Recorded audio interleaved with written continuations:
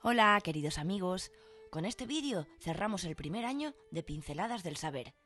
Esto comenzó como un proyecto para participar en un concurso y se ha convertido en todo un reto para mí, porque puedo juntar un montón de cosas que me gustan en un solo formato. Y agradezco a todos los que habéis seguido mi trabajo durante este año. Yo pienso seguir creando vídeos en este proyecto que me ha hecho renacer. Quiero aprovechar esta ola de inspiración para contaros sobre el Renacimiento. Renacimiento significa nacer de nuevo, y lo que volvió a nacer fue el arte y la cultura de la antigüedad, pero a finales del siglo XIV. Comenzó en el norte de Italia, pero se extendió rápidamente al resto de Europa durante los siglos XV y XVI. También a esa época se le llama humanismo renacentista, porque se colocó al ser humano como centro de observación tras una larga Edad Media que lo había visto todo con perspectiva divina. Ahora el lema era volver a los orígenes, lo que significaba volver al humanismo de la antigüedad. ¿Sabéis qué? Todo el mundo se puso a excavar viejas esculturas y escritos de la antigüedad. Se puso de moda aprender griego y así estudiar mejor la cultura griega y tener una educación clásica. Se decía que es preciso educarse para llegar a ser persona. Hubo inventos muy importantes en esta nueva época que llamamos Renacimiento. La brújula, por ejemplo, facilitó la navegación, lo que significa que fue una importante base para los grandes descubrimientos. Lo mismo pasó con la pólvora. Con ella aparecieron nuevas armas que ayudaron a que los europeos fueran militarmente superiores en relación con las culturas americanas o asiáticas. También la imprenta, muy importante en cuanto a la difusión de las nuevas ideas de los humanistas y renacentistas. También ayudó a que la Iglesia perdiera su viejo monopolio como transmisora de conocimientos. El proceso que se inició en el Renacimiento finalmente ha llevado al hombre a la Luna, pero también a Hiroshima o a Chernóbil. Pero todo empezó con una serie de cambios culturales y económicos. A finales de la Edad Media habían surgido ciudades con muchos emprendedores, artesanos y comerciantes, con nuevas mercancías y con dinero. Cuando hubo un número alto de gente con dinero, emergió una nueva clase social que se llamó la burguesía.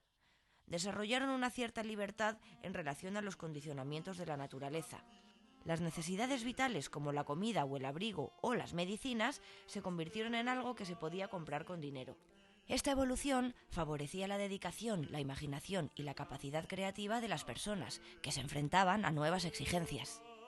De esta manera, los burgueses del Renacimiento comenzaron a emanciparse de los señores feudales y del poder de la Iglesia, al mismo tiempo que se redescubría la cultura griega gracias a unas relaciones más estrechas con los árabes en España y con los bizantinos en el este. Ante todo, el Renacimiento dio lugar a una nueva visión del hombre. Ahora se consideraba al ser humano como algo grande y valioso. Contrastaba fuertemente con la Edad Media, cuando se daba por sentado que el ser humano era pecador y solo se utilizaba a Dios como punto de partida.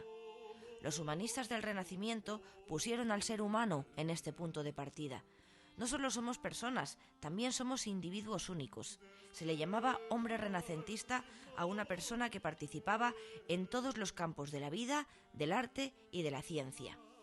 Esta nueva visión del hombre también se manifestó en un interés por la anatomía del cuerpo humano.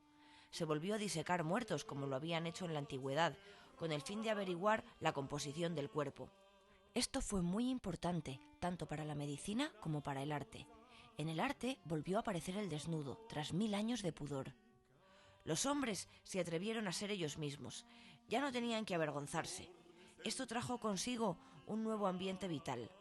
Ya no existíamos solamente para Dios, la gente podía alegrarse de la vida, vivir el aquí y el ahora. En cuanto se le permitió al ser humano desarrollarse libremente, éste tuvo posibilidades ilimitadas. La meta era sobrepasar los límites.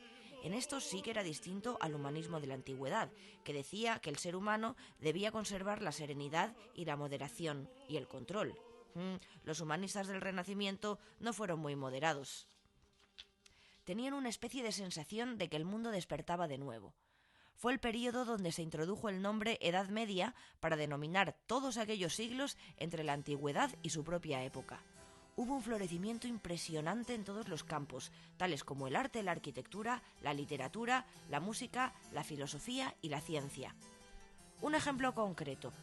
Roma de la antigüedad era llamada la ciudad de las ciudades o el ombligo del mundo. Durante la Edad Media decayó y para los humanistas del Renacimiento la reconstrucción de Roma se convirtió en un objetivo político y cultural. La obra más importante que se emprendió fue la edificación de la iglesia de San Pedro, sobre la tumba del apóstol San Pedro. La obra no es nada moderada. Algunos de los principales personajes del Renacimiento participaron de alguna manera en este enorme proyecto de construcción. Desde 1506 y durante 120 años se llevaron a cabo las obras de la iglesia y aún tuvieron que pasar 50 años más hasta que la gran plaza de San Pedro estuvo acabada.